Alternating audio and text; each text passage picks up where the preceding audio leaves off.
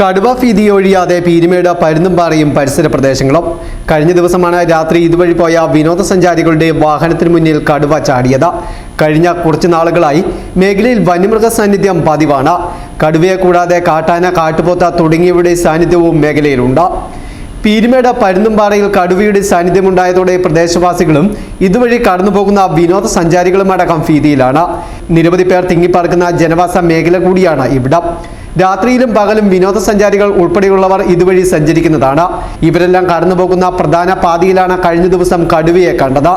കഴിഞ്ഞ കുറച്ചു നാളുകളായി മേഖലയിൽ വന്യമൃഗ സാന്നിധ്യം പതിവാണ്. കടുവ ഉൾപ്പെടെയുള്ളവ ഒന്നിലധികം മേഖലകളിൽ ഉണ്ടെന്ന് ആളുകൾ പറയുന്നു. വാഗമൺ, തേക്കടി തുടങ്ങിയ പ്രദേശങ്ങളിലേക്ക് പോകുന്ന വിനോദസഞ്ചാരികളിൽ ഭൂരിഭാഗം ആളുകളും പരുന്തുംപാറയിൽ എത്താറുണ്ട്. കൂടാതെ മകരവിളക്ക് സമയത്ത് മകരവിളക്ക് ദർശിക്കുവാൻ നിരവധി ഭക്തജനങ്ങളും ഇവിടെ എത്തുന്നുണ്ട്. നിലവിൽ കടുവയുടെ സാന്നിധ്യം വലിയ ഭീഷണിയാണ് ഉയർത്തുന്നത്. പ്രദേശത്തെ വളർത്തുമൃഗങ്ങളെ അടക്കം കടുവ മുൻപ് പിടികൂടിയിട്ടുണ്ട്. കൂടാതെ കാട്ടാനയുടെ ശല്യവും പതിവാണ്. കാട്ടാന ജനവാസ മേഖലയിലെത്തി കൃഷികൾ വ്യാപകമായി നാളുകളായി നശിപ്പിക്കുകയാണ്. ജീവൻ ഭയന്നാണ് നിലവിൽ ആളുകൾ ഇവിടെ കഴിയുന്നത്. നൂറുകണക്കിന് വിനോദസഞ്ചാരികൾ അനുദിനം കടന്നു വരുന്ന ഒരു വിനോദ കേന്ദ്രമാണ് പരുന്തുംപാറ.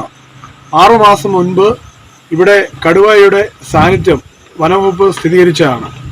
ഇന്നലെ വൈകിട്ടോടുകൂടി ഈ കടുവ ഇവിടെ എത്തിയതായി ദൃശ്യമാധ്യമങ്ങളിലൂടെ നമ്മൾ കണ്ടതാണ്.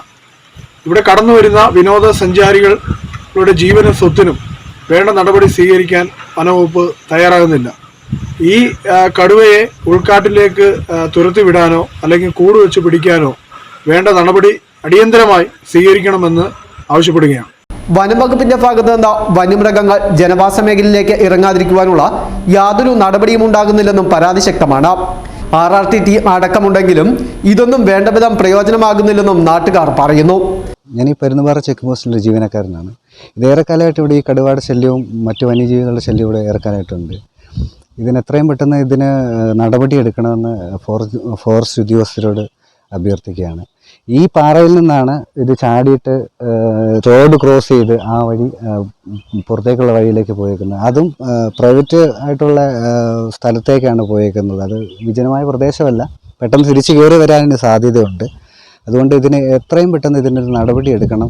പരുന്തുംപാറയിലും പ്രദേശങ്ങളിലും കടുവയുടെ സാന്നിധ്യം മുൻപും വനംവകുപ്പ് സ്ഥിരീകരിച്ചിട്ടുണ്ട്. ഇവിടെ കൂട് സ്ഥാപിച്ചെങ്കിലും കടുവയെ പിടികൂടുവാൻ സാധിച്ചിരുന്നില്ല. ഇതിനോടകം നിരവധി വളർത്തുമൃഗങ്ങളാണ് കടുവയുടെ ആക്രമണത്തിൽ കൊല്ലപ്പെട്ടിട്ടുള്ളത്. വിദ്യാഭ്യാസ സ്ഥാപനങ്ങൾ അടക്കം ഈ മേഖലയിലുണ്ട്. നിലവിൽ ഇവിടെ തേയിലത്തോട്ടങ്ങളിൽ പണിയെടുക്കുന്ന തൊഴിലാളികൾ പോലും ഭയത്തോടെയാണ് പണിക്ക് ഇറങ്ങുന്നത്. നാളുകളായി തുടരുന്ന വന്യമൃഗശല്യത്തിന് എന്ന് അറുതി വരുമെന്ന ചോദ്യമാണ് ഓരോരുത്തരും ഉയർത്തുന്നത്. എന്നാൽ കടുവയെ കണ്ട പ്രദേശത്ത് കൂട് സ്ഥാപിക്കുമെന്നും പെട്രോളിംഗ് ശക്തമാക്കുമെന്നും വനം വകുപ്പ് അറിയിച്ചു. News bureau, Peermade.